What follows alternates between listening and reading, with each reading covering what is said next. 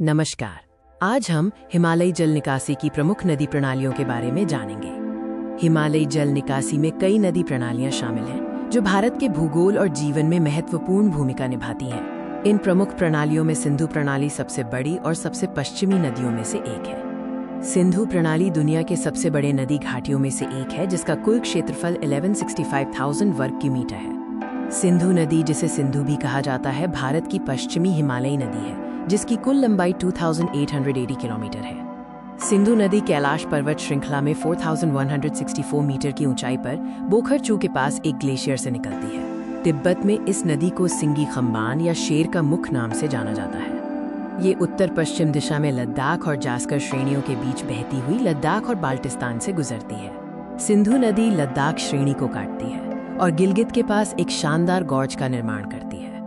इसकी प्रमुख हिमालयी सहायक नदियों में शाकुक, गिलगित, जास्कर, हुंजा, नुब्रा, शिगार, गास्टिंग और द्रास शामिल हैं। सिंधु दक्षिण की ओर बहती है और मिठानकोट से थोड़ा ऊपर पंजनत को प्राप्त करती है, जो पंजाब की 5 नदियों का संगम है।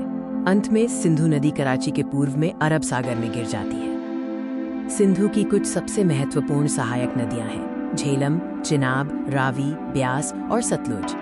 झेलम पीर पंजाल के तल पर वेरीनाग में एक झरने से निकलती है और श्रीनगर तथा वुलर झील से होते हुए पाकिस्तान में प्रवेश करती है। चिनाब सिंधु की सबसे बड़ी सहायक नदी है, जो हिमाचल प्रदेश में चंद्र और भागा धाराओं के मिलने से बनती है, इसलिए इसे चंद्रभागा भी कहते हैं। रावी हिमाचल प्रदेश में रोहतांग दर्रे के पश्चिम में कुल्लू पहाड़ियों से निकलती है और चंबा घाटी से होकर बहती है, चिनाब में मिलती है।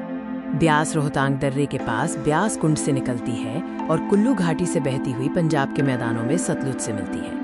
सतलुज तिब्बत में मानसरोवर के पास राकसताल से निकलती है, जहां इसे लांगचेन खंबाब के नाम से जाना जाता है। सतलुज एक पूर्ववर्ती नदी है और भाखड़ा नांगल परियोजना की नहर प्रणाली को जल प्रदान करने के कारण ये एक बहुत ही महत्वपूर्ण सहायक नदी है। हिमालयी नदी प्रणालियां भारत के जल निकासी और कृषि के लिए जीवन रेखा है।